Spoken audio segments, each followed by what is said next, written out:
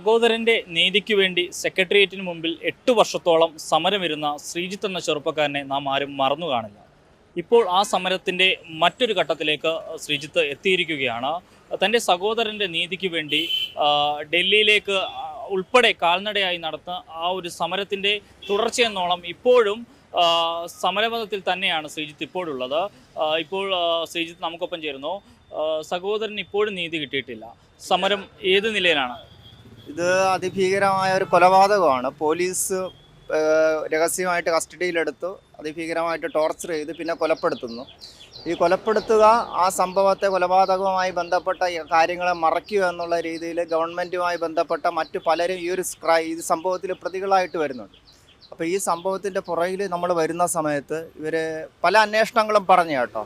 State പോലീസിൻ്റെതായ പല അന്വേഷണങ്ങളും പറഞ്ഞു.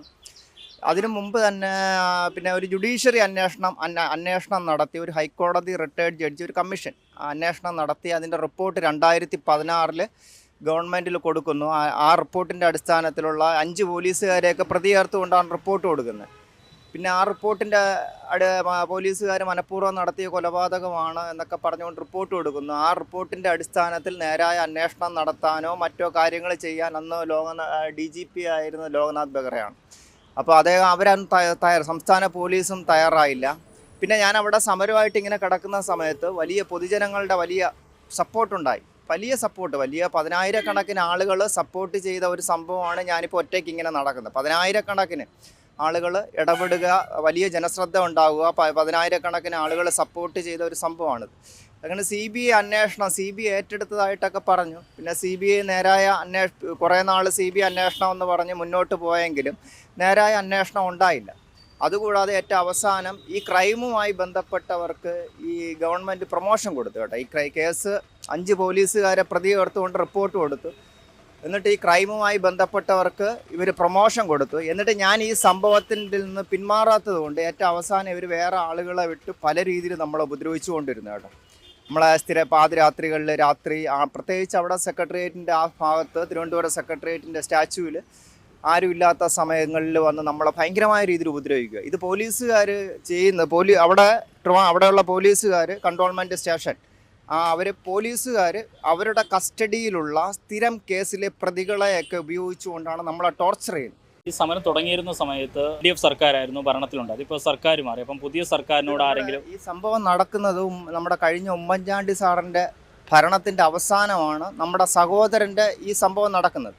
അപ്പോൾ ഈ ഒരു സംഭവം ഞാനിപ്പോൾ ഇതുമായിട്ട് ബന്ധപ്പെട്ട് ട്രിവാൻഡ്രത്തുനിന്ന് നടന്ന് 2025 തുടക്കത്തിൽ ഞാൻ ട്രിവാൻഡ്രത്ത് നിന്ന് നടന്ന് ഇവിടെ എറണാകുളം ഹൈക്കോടതിയുടെ ആ ഭാഗത്ത് വന്നിട്ട് ഇവിടെ നിന്നുകൊണ്ട് ഞാൻ 2 വട്ടം ഡൽഹിയിൽ പോയിട്ട്, ഇപ്പോൾ 2ാമത്തെ വട്ടം പോയിട്ട് ഞാൻ തിരിച്ച് ഇവിടെ ഇങ്ങനെ എത്തിയിരിക്കുകയാണ് കേട്ടോ.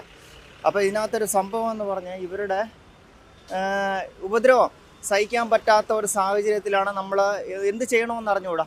10,000-കണക്കിന് ആളുകൾ സപ്പോർട്ട് ചെയ്ത ഒരു വിഷയം, പിന്നെ ആരും ആ വിഷയത്തിൽ നമ്മളെ സഹായിക്കാൻ പറ്റാതെ ആയി.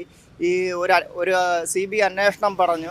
എന്നിട്ട് നമുക്ക് അത് വേണമെങ്കിൽ ആരെങ്കിലും സപ്പോർട്ട് ചെയ്യാനുണ്ടായിരുന്നുവെങ്കിൽ നമുക്ക് കേസുമായി ബന്ധപ്പെട്ട് സുപ്രീം കോടതിയിൽ വരെ നമുക്കിപ്പോൾ മാധ്യമങ്ങളുടെയും അതുപോലെ തന്നെ ഇതിന് തക്കതായ ആളുകളുടെ സപ്പോർട്ടുണ്ടായിരുന്നുവെങ്കിൽ, ഭരണസംബന്ധമായ രീതിയിൽ നമുക്ക് പല കാര്യങ്ങളും നമുക്ക് ചെയ്യാമായിരുന്നു, സപ്പോർട്ടിനുണ്ടായിരുന്നുവെങ്കിൽ.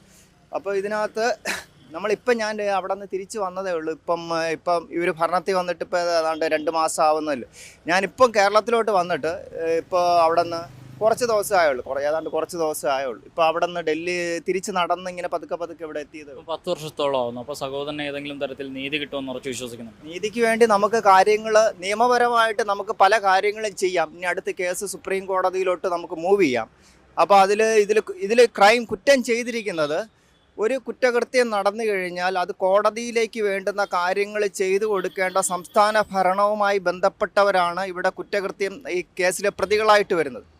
ഒരു ക്രൈം നടന്നു കഴിഞ്ഞാൽ ആ ക്രൈമിൽ കോടതിക്ക് വേണ്ടുന്ന കാര്യങ്ങൾ ചെയ്തു കൊടുക്കേണ്ട സംസ്ഥാന ഭരണവുമായി ബന്ധപ്പെട്ട, ഗവൺമെൻറ്റുമായി ബന്ധപ്പെട്ട ആളുകളാണ് ഇവിടെ കേസിലെ പ്രതികളെന്ന് പറയുന്നത്. അപ്പം നമുക്ക് ഇനി അടുത്ത നീതിക്ക് വേണ്ടി നിയമപരമായ കാര്യങ്ങൾ അതിന് തക്കതായ ആളുകൾ നമ്മളെ മാധ്യമങ്ങൾ ഹെൽപ്പ് ചെയ്യുകയാണെങ്കിൽ, ആരെങ്കിലും നമ്മളെ കേസ് സുപ്രീം കോടതിയിലോട്ട് മൂവ് ചെയ്യാം. അപ്പോൾ ബഹുമാനപ്പെട്ട കോടതിക്ക് അതിൽ എന്താണ് ഒരു പക്ഷേ ചെയ്യാൻ കഴിയുന്നതെന്നും നമുക്ക് പറയാൻ പറ്റൂല കേട്ടോ. അപ്പോൾ ഇവർ സർക്കാർ കാര്യങ്ങൾ ചെയ്യേണ്ട ആളുകളാണ് ഇവിടെ തെറ്റ് ചെയ്തിരിക്കുന്നത്. അപ്പോൾ കോടതിക്കൊക്കെ എന്ത് നീതിക്ക് വേണ്ടി നമുക്ക് പല കാര്യങ്ങളും ചെയ്യാം, പക്ഷേ നമുക്ക് പ്രവർത്തിക്കാം, പക്ഷെ അതിൽ എന്താണ് റിസൾട്ട് എന്ന് നമുക്ക് പറയാൻ പറ്റൂല. അത്രേ ഉള്ളൂ. തൻ്റെ സഹോദരൻ്റെ മരണത്തിനിടയാക്കിയ മുഴുവൻ പോലീസുകാരെയും നിയമത്തിൻ്റെ മുന്നിൽ കൊണ്ടുവരുന്നതിനു വേണ്ടി സമരത്തിൻ്റെ പാതയിൽ തന്നെയാണ് ശ്രീജിത്ത്. ആദർശ് മുകട, സി മലയാളം ന്യൂസ്, കൊച്ചി. ഏറ്റവും പുതിയ വാർത്തകളും വിശേഷങ്ങളും വിരൽത്തുമ്പിലറിയാൻ സി മലയാളം ന്യൂസ് എല്ലാ ഡിജിറ്റൽ പ്ലാറ്റ്ഫോമുകളിലും ലഭ്യം.